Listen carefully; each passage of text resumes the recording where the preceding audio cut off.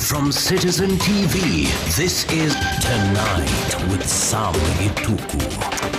Thank you for choosing Citizen TV on this 20th day of November 2025. And tonight, as we reflect on the statement by the President to the nation when he addressed the National Assembly and the Senate in a joint sitting, we'll be reflecting on data point. It will be a fact checker on some of the submissions that he made before the House. We'll be speaking about different figures, including the figure of 420,000, which are the jobs that he says the affordable housing program has created so far.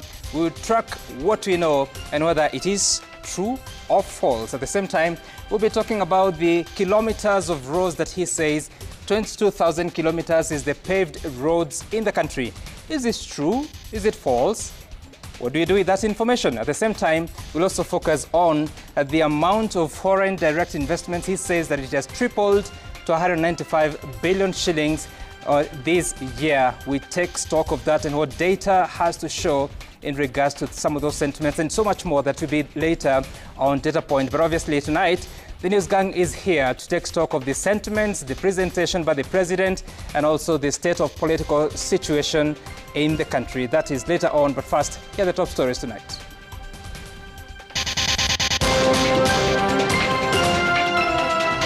But comfort is how nations stall.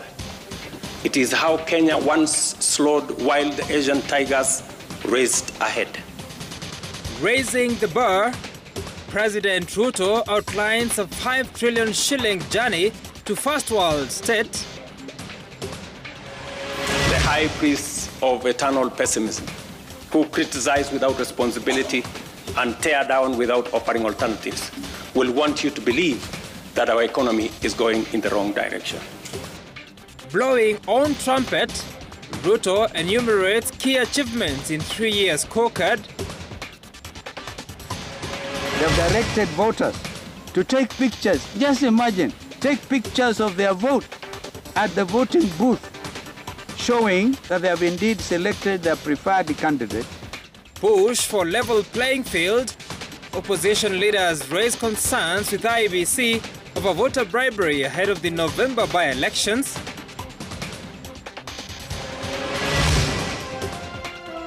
South B murder probe. CCTV footage reveals vehicle used by suspects in the murder of delivery rider in an apartment in South B.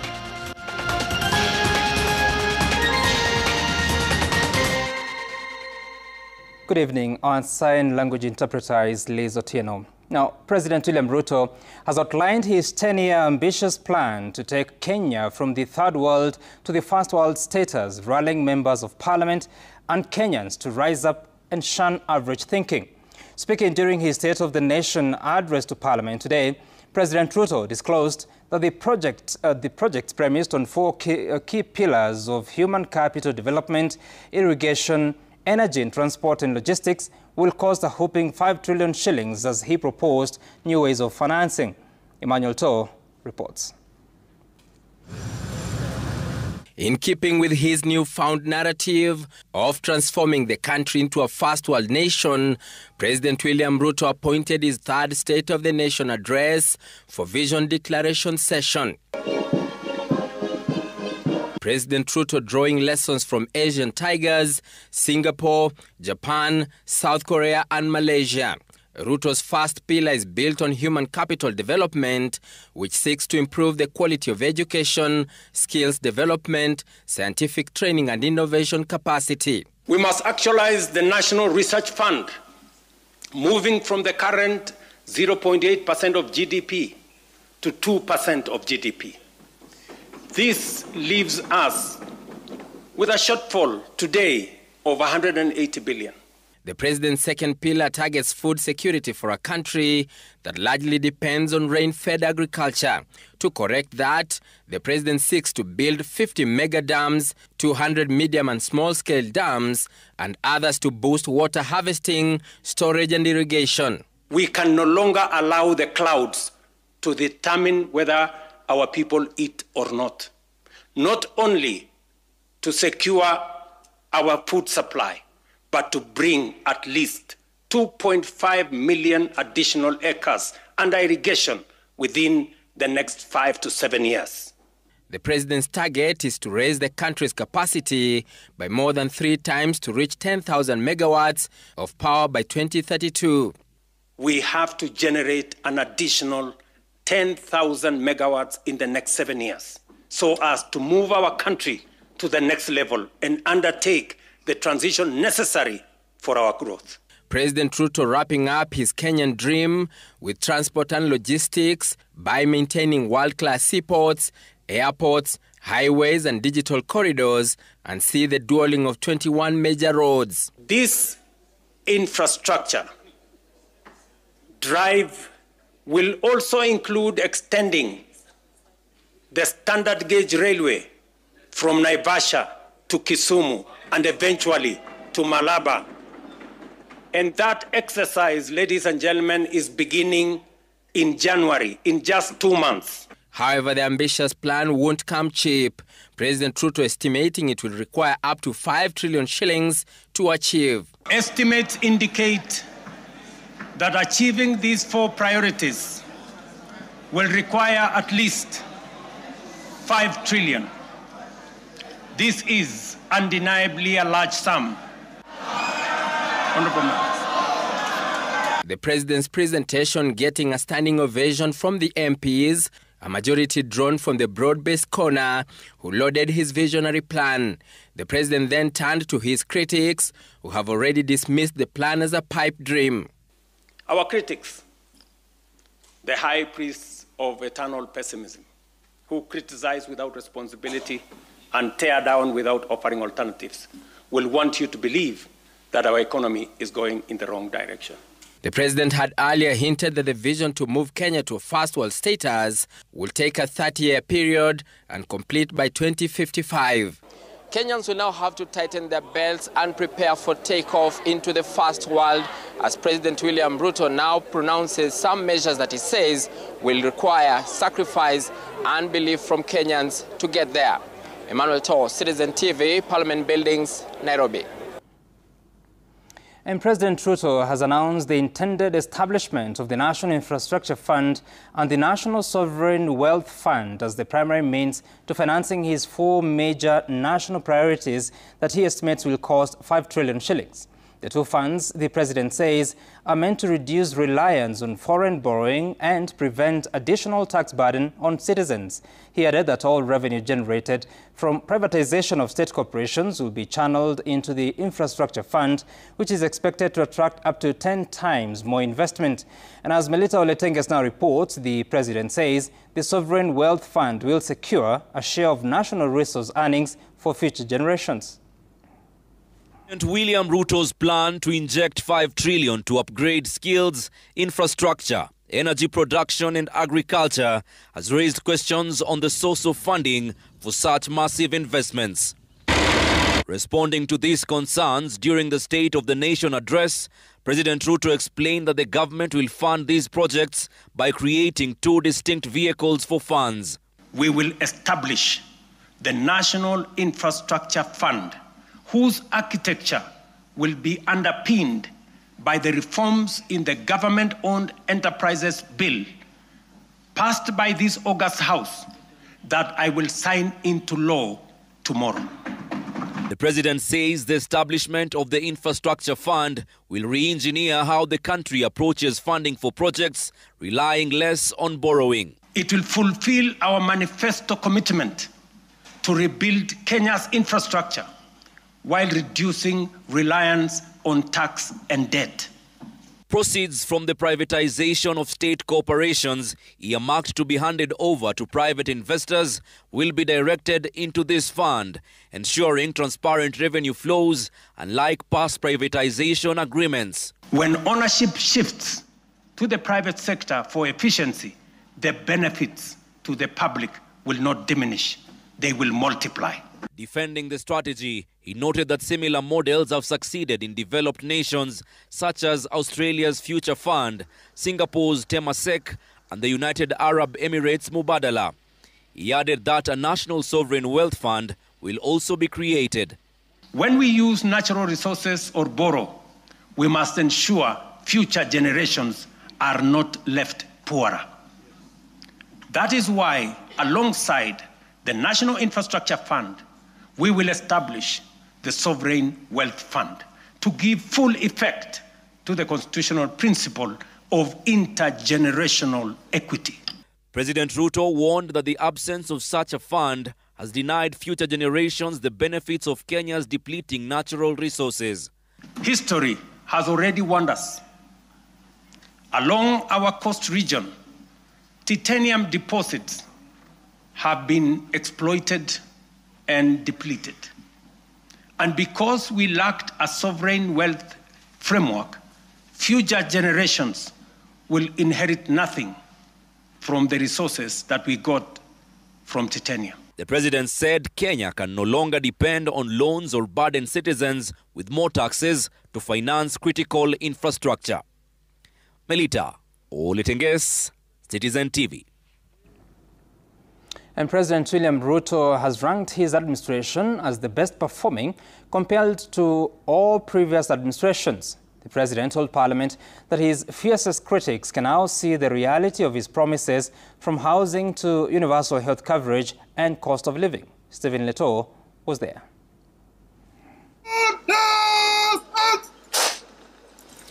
President William Ruto's third State of the Nation address was filled with self-assessment, with the head of state telling the bicameral parliament that his administration has so far proved critics wrong. 3 years ago, when we said we would deliver affordable housing, the cynics dismissed it. They said it was fantasy. When they realized we were serious, they called it impossible. And when we broke ground across the country, they suggested that these projects would stall. Today, those doubts have given way to a very different question from Kenyans everywhere. How do I own one of these units?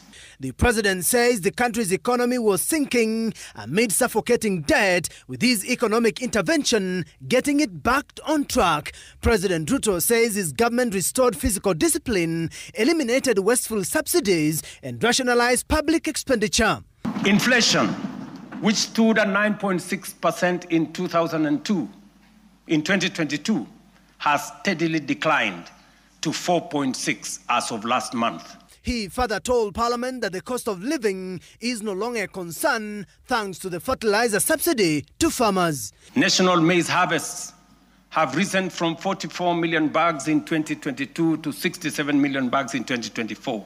The Social Health Authority, SHA, has also been listed as the Kenya Kwanza's administration big wins 3 years on, with the head of state noting that the country is sliding into a universal health coverage. 27 million Kenyans are now registered in SHA, more than triple the number ever reached by the former NHIF.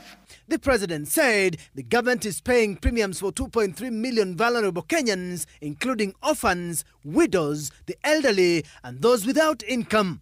For President Ruto, his administration has gone big in funding the education sector. We then tackled the teacher crisis head-on.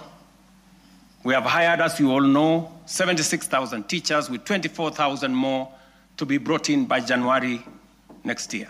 Other than youth employment in the climate works, President Ruto says 276 modern markets are taking shape across the country, providing a vital spaces for women and MSMEs, with another 175 underway.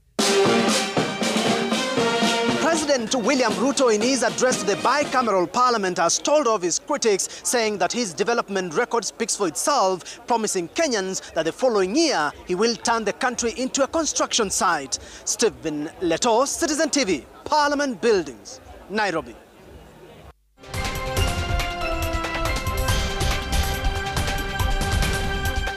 And it's now time for a data point to process some of the data that the president gave at the State of the Nation address before Parliament. We're calling it the fact checker of the evening. First, we begin with the affordable housing jobs. This is a number that has been moving over the last more than 1 year. The president has been giving different numbers at different times. In October 2024, he said that 160,000 jobs had been created by this program. In November 2024, the jobs had been 164,000. Now, this is critical because November 2024 is when the president addressed the joint sitting of parliament on the state of the nation that time.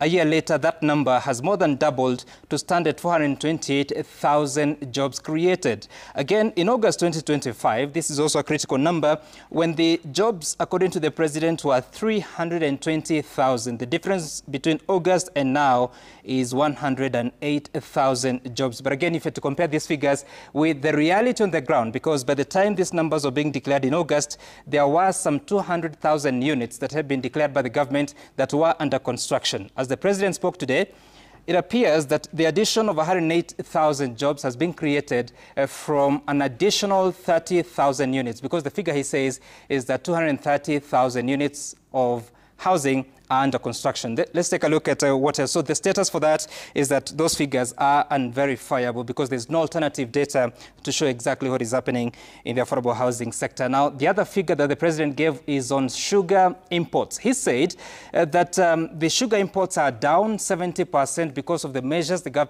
government has been coming up with. But data from the Kenya National Bureau of Statistics in the Economic Survey of 2025 shows that the imports have actually declined by 44%. And this is why in 2023, 608,000 metric tons of sugar were imported. In 2024, according to the government data, 339,300 metric tons of sugar was imported. So that's a decline of 44% declared by the KNBS. We do not have the full figures of the year 2025, of course. We're still in November, and the Kenya National Bureau of Statistics will be giving us that update come next year when they release the economic survey of 2026.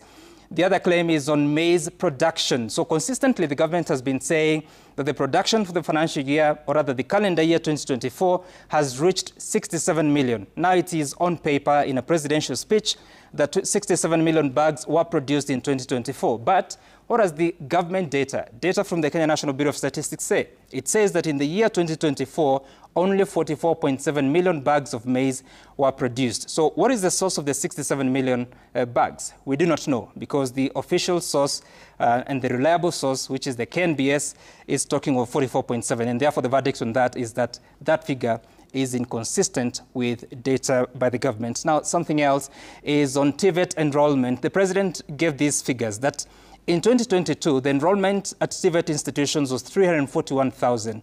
If you look at the reports of the Economic Survey, the Kenya National Bureau of Statistics, that figure is actually understated because at the time, 448,886 students had enrolled in TVET institutions. The president says that that number has risen to 718,000 in 2025. If you look at the Kenya National Bureau of Statistics data, it shows that that number had risen to 709,885. So could it be that the additional 9,000 is students who have enrolled this year? But then again, we do not have an official figure to confirm that particular claim by the president, and therefore the verdict is inconsistent as far as the data from the Kenya National Bureau of Statistics is concerned. The other claim by the president is on paved roads. He says that 22,000 kilometers of roads is the paved road, meaning tarmac roads or bitumen roads in the country. But now the fact, according to the Kenya National Bureau of Statistics, again, of 2024 says that 24,868 kilometers of road are currently paved. That figure is actually slightly smaller or lower than the figure provided by the Kenya Roads Board, which talks about more than 25,000 kilometers of road being paved. Again, the verdict on that is that it is inconsistent with alternative government data. The other fact that the president said is about milk production. He says that 5.3 billion liters of milk were produced in the year 2024. If you look at the Kenya National Bureau of Statistics, the figure is actually 5.33 billion liters, and therefore the verdict on that is that the figure by the president is consistent with government data as published by the Kenya National Bureau of Statistics. The other fact that you would look at this evening is on foreign direct investments that the president says have grown by more than 3 times. That in 2021, the FDIs or foreign direct investments were 60 billion shillings. They have grown to 195 billion shillings. Now, the facts according to the Kenya National Bureau of Statistics show that in 2021, the foreign direct investments were 268.4 billion shillings, and that has grown to 428 0.8 billion shillings as of the figures of 2024. Again, the source is the Kenya National Bureau of Statistics. If you have to look at a year-on-year growth, then you're talking about 15% growth in the year 2024 because they are reflecting about 53 billion shillings increment between 2023 and 2024. Again, the growth between 2021 and 2024 is not 3 times as claimed by the president. It is actually 1.6 times, and therefore the verdict on that is that that figure is inconsistent with alternative facts provided by the same government. And that is a data point of the night, looking at a fact checker of the president's statement.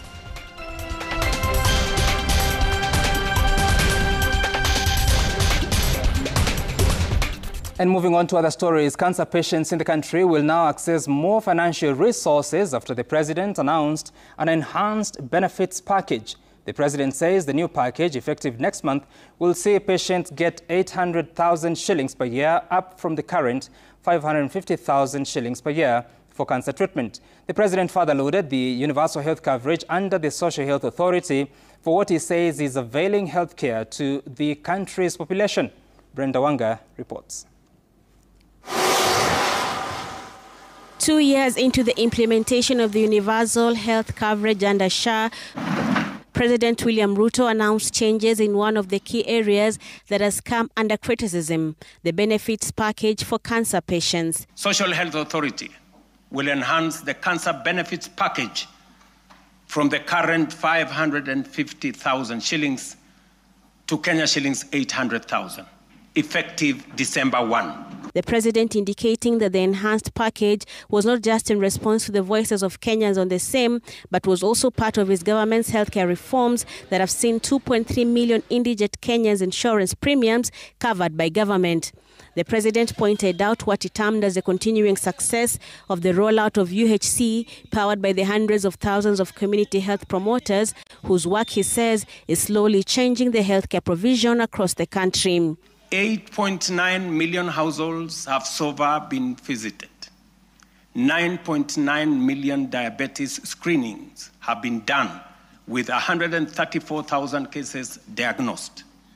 6.5 million hypertension screenings have been conducted, with 305,000 cases confirmed. Millions of lives have been touched and thousands saved. The president says his government is committed to enacting further reforms, praising what he said was the overhaul of KEMSA that has resulted in improved drugs and medical essentials stock-ups, as well as the replacement of the medical equipment services model with a new fee-for-service model that allows hospitals to pay only for what they use. It is more than healthcare reform. It is a long-deferred promise, finally taking shape. A Kenya where every citizen can face tomorrow with confidence, knowing their nation will stand with them in their hour of need. Brenda Wanga, Citizen TV. Now to another story, the United Opposition has sounded the alarm of alleged voter bribery ahead of the November 27th by-elections, where opposition candidates are facing off with rivals allied to the Kenya Kwanza administration. Wiper Patriotic Front party leader Kalonzo Musyoka says they have information that voters have been promised up to 5,000 shillings if they take photos when voting to ensure they vote for those close to the Kenya Kwanza administration. Kalonzo, who has promised legal action, has asked IEBC to deal with cases of bribery which have marred the campaigns, with government officials using state resources for campaign for candidates, according to Musyoka. Gatete Njoroge now reports. The United Opposition is raising the alarm over what they term as an unfair playing ground, with the state using resources to campaign for government-allied candidates. Ladies and gentlemen, Wiper Patriotic Front party leader Kalonzo Musyoka says there are plans to use money to influence voters on election day. in the rogue regime's desperation to rig the forthcoming by-elections, they have directed voters to take pictures. Just imagine, take pictures of their vote at the voting booth, showing that they have indeed selected their preferred candidate, and so as to collect not less than 5,000 shillings. Plans that opposition leaders want IEBC to deal with and assure them of a free, fair and credible process. We call on the IEBC to educate voters on how to use their phones within and outside the polling stations. Asking voters to take photos, recording or asking voters who they support should not only be discouraged, it should actually be punished. Kalonzo has called out state officials for not only participating in the campaigns, but also using state resources to drum up support for candidates in clear contravention of the Constitution. The amount of resources this administration has used in this by-election is incredible. Kwa hivyo, they must face up to the consequences. We have called them out. I think our quick reaction team of lawyers will also be taking up these matters. The opposition has also raised concerns over voter registration process, saying this could have a reflection in the by-elections and 2027 general election. They have questioned introduction of iris scanning, registration happening only at constituency offices, and the use of registration kits and personnel deployed. Every transfer should begin with a written request from the voter and only proceed after full verification of residency and compliance with all legal requirements. Mtu akija kupiga kura kituo chochote, akute jina lake aliko, nyinyi watu wa IBC, presiding officers, returning officer na commissioners, nyinyi we are going to hold you responsible and accountable. Na tunataka mtoe ile register ya wapigaji kura ya 2022. The leaders say the new Electoral Commission is yet to earn the trust of Kenyans and urged the new leadership to rise above political influence and prove its independence. Gatete Njoroge, Citizen TV, Nairobi. Family of the late Kenyan teacher John Ogutu, who was killed in Tanzania, is pleading with the government to expedite the repatriation of his body. On Thursday evening, the family met with Principal Secretary for Foreign Affairs, Korir Sing'oei, to pile pressure on the government's search for his body. The meeting, however, offered little hope, with ministry saying there has been no meaningful engagement with Tanzanian authorities as the country's administration was still under establishment. Mimi nataka serikali asaidie mimi nilete mtoto wangu, mwili ya mtoto wangu nisike kwa boma yangu. Bwana William Samoei Ruto aingie kwa hii maneno amsaidie. Nimeomba hata former president Mr. Uhuru Kenyatta aingie kwa hii maneno anisaidie, kwa maana huyo Madam Suhulu rafiki yao. Wao ndio wanaweza kuongea na Msufulu na Sufulu alete mwili ya mtoto wangu.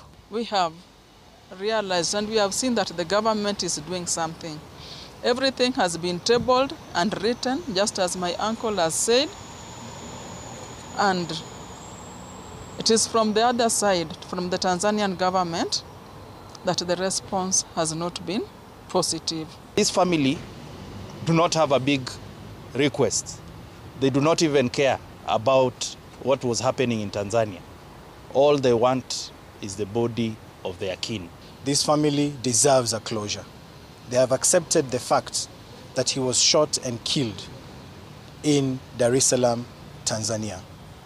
It is a fact that that body was taken to Mwananyamala mortuary in Dar es Salaam.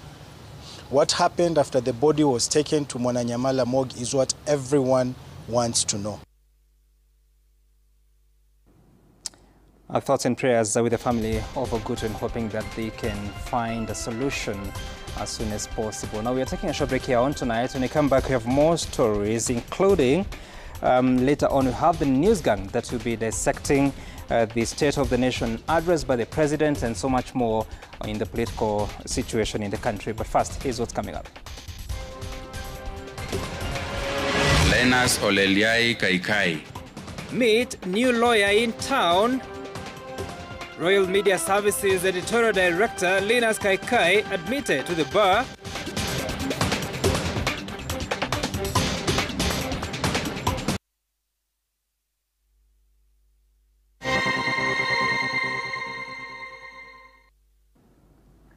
Welcome back. Probe into the murder of border rider Anthony Otieno has revealed the getaway vehicle used by the suspected killers. CCTV footage obtained by Citizen TV shows that the two suspects escaped in a Nissan Note vehicle, as Ode Francis now reports.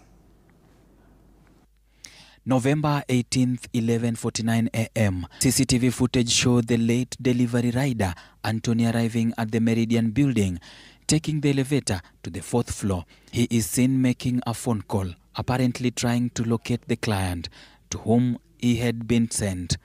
He carries a blue bag containing a delivery package. Moments later, a man is seen exiting the room via the staircase, still holding the bag. At 12:02 p.m., another individual descends quickly. A third man appears, half naked, rushes downstairs while carrying a package. The trio seem visibly shaken as they hurriedly zipped the bag. A Nissan Note vehicle arrives, registration number KDL 336E. Two of the suspects enter the car. Meanwhile, a lady wearing a cape arrives and is left with the suspect's luggage.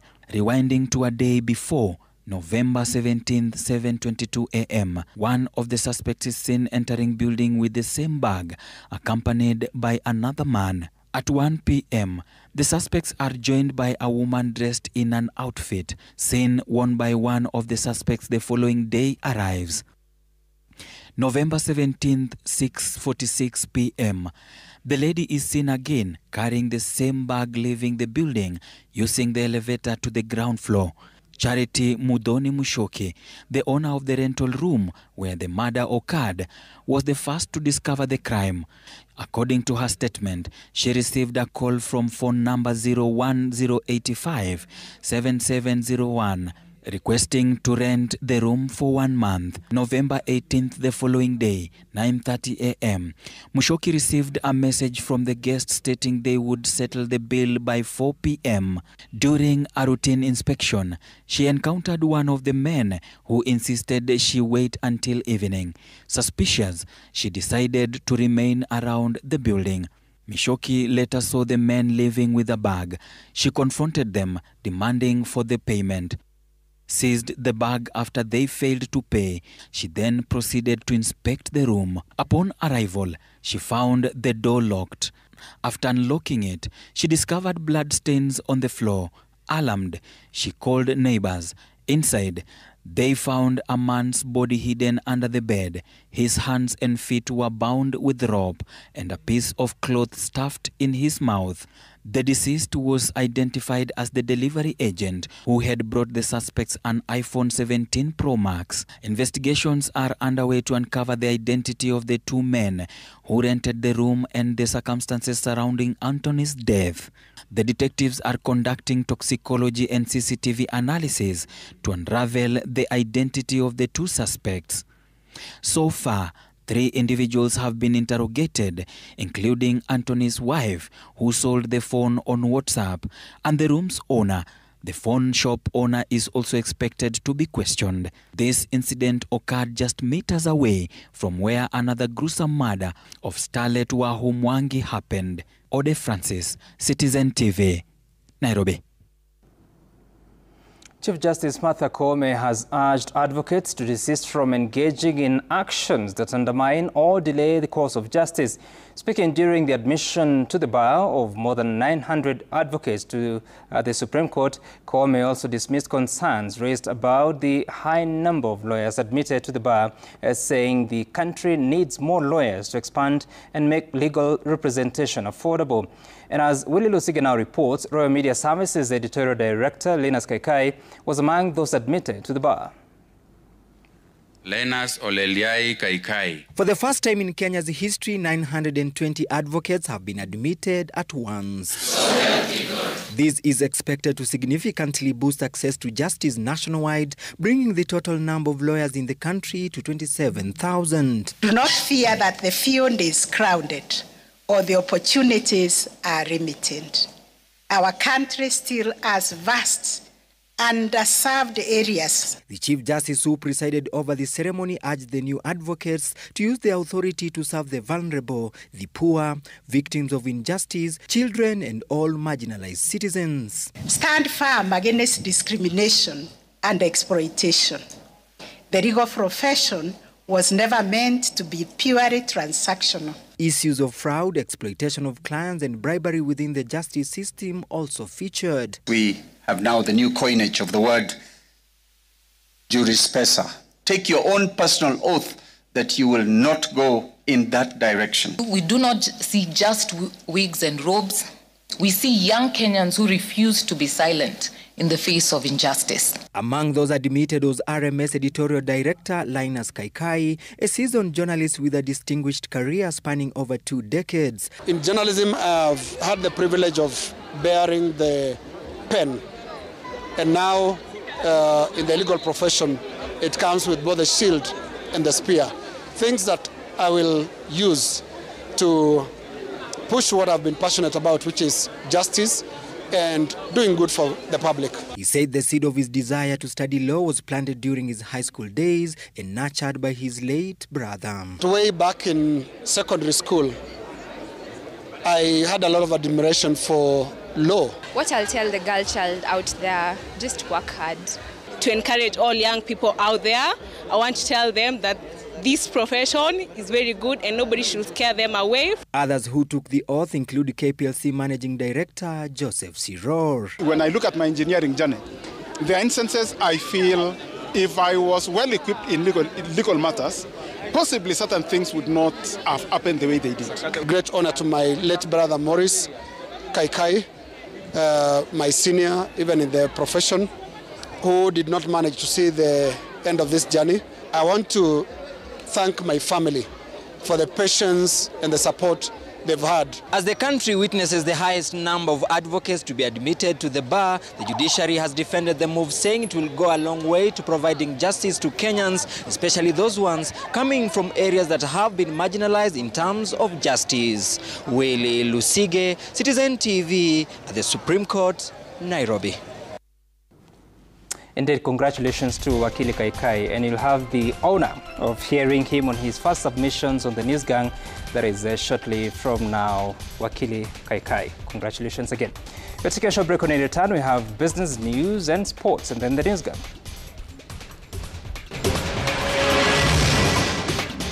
Coming up in business, Safaricom gets green light to raise 40 billion shillings in what is billed as Kenya's largest corporate bond to date. In business, Safaricom has received approval to issue a 40 billion shilling medium-term note, signaling renewed momentum in Kenya's corporate bond market. Analysts say the move reflects a broader shift, with more companies turning to bonds as they seek stable and predictable financing for growth. Our reporter Dennis Otieno looks at why corporates are increasingly opting for bonds and what this means for investors. Safaricom's move has set the pace for a rising trend in Kenya's corporate sector. The telco plans to issue the 40 billion shilling bond in several tranches, including green and sustainability-linked notes to fund infrastructure projects both locally and in Ethiopia. It is the highest we've seen. The quantum is high at 40 billion, but when you look at their cash generation ability, even at a half-year level, vis-a-vis the amount that they're seeking, it's quite manageable for them. Safaricom is not alone. East African Breweries recently issued an 11 billion shilling 5-year fixed-rate note that was oversubscribed. Family Bank has raised 4.42 billion shillings through a public bond and an additional 6.2 billion via private placement.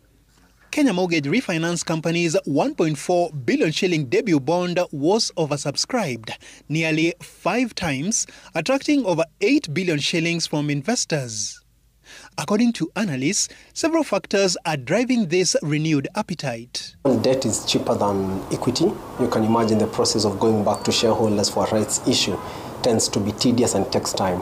Whereas for debts, it's easily acceptable. And sometimes when you're seeking large amounts, capital markets tends to be conducive because one, it gives investors who are purchasing this paper the ability to exit at any time within the capital market instruments.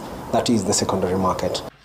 Observers reckon this trend signals a maturing investment landscape in Kenya's financial markets. But as depth comes in and companies become significant within the sectors that are playing with and they gain market confidence, more they will look into coming within the bond markets to get cheaper debt.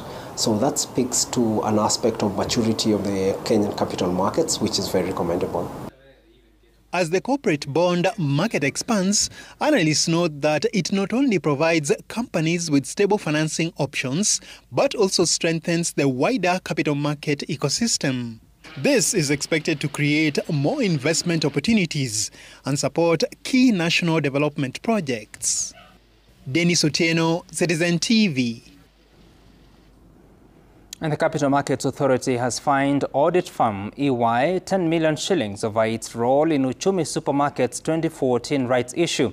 The regulator says the firm failed to ensure accurate disclosure of key financial information during the cash call. Here's Jasmine Omboy with the details. The issue dates back to 2014 when Uchumi Supermarkets carried out a rights issue using financial statements prepared with EY as a reporting accountants. A year later, in 2015, the Capital Markets Authority launched an inquiry and found major misrepresentations in those statements. This led the authority to issue notices to show cause in 2016 to Uchumi officials and EY. EY challenged the process in court, halting the enforcement temporarily. But both the High Court in 2017 and the Court of Appeal in 2022 upheld CMA's mandate, allowing the regulator to proceed. After reviewing the case, the CMA has now fined EY 10 million shillings. It has further directed the firm to implement 3 years of remedial training for all staff who audit listed companies. Failure to do so could see EY barred from working with listed firms and CMA licensees. The regulator has also asked the Institute of Certified Public Accountants, ISPAC, to take disciplinary action against 2 former EY audit partners for failing to ensure accurate disclosure in Uchumi's 2014 financial reports. CMA says this decision follows earlier actions taken against Uchumi's former board and senior management. Jasmine Wamboi, Citizen TV. Business News.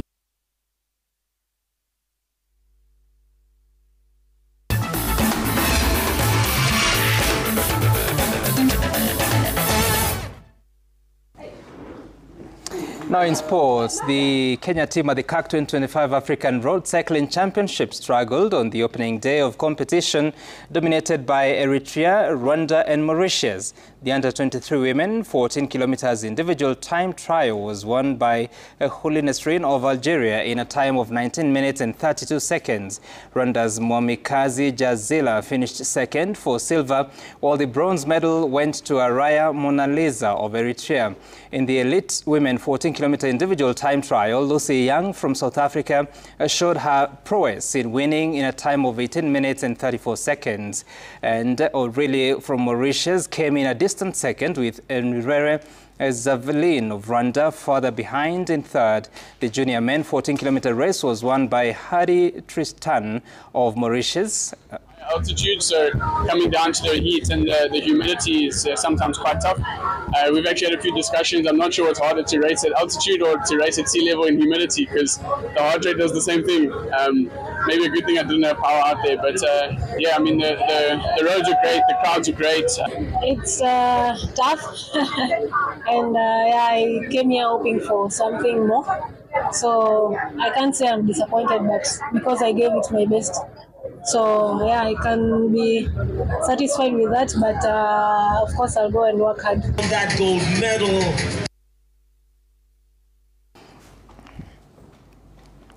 Now, the Kenya Deaf basketball team has called on more exposure and adequate preparations before the next Deaflympics Games. Kenya had a rough time at the Deaflympics Championships in Tokyo, Japan, losing all 3 matches by huge margins. Drawn in a tough Group A, Kenya got a road shock in the first match, losing 103-30 against powerhouse Australia. The second match was no better as Italy gave them a 114-42 hiding. Kenya made a slight improvement in the final match, but still lost 90-33 despite being in training for 2 months. Kenya had no experience of friendly matches, and this affected their performance in Japan. Kenya finished at the bottom of Group A.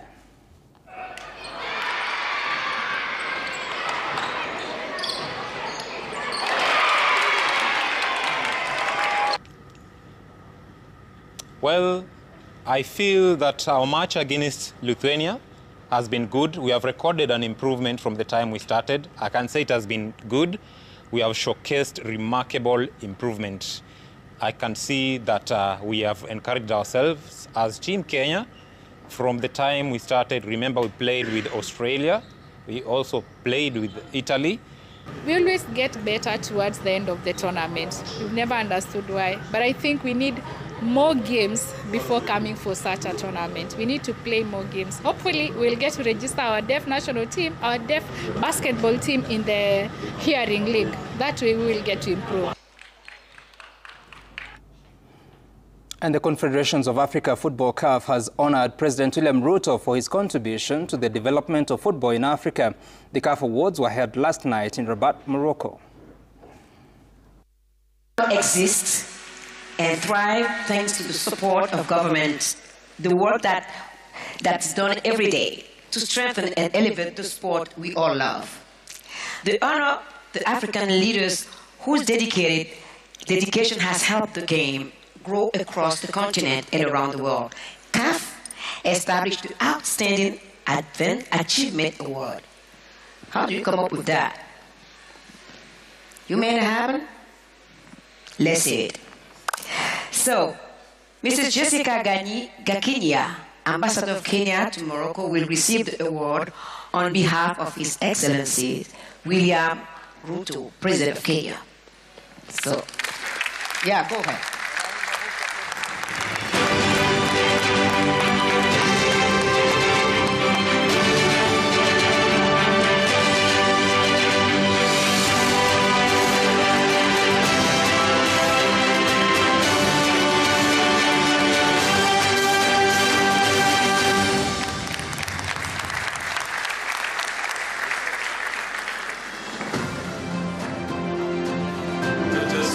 Quickly.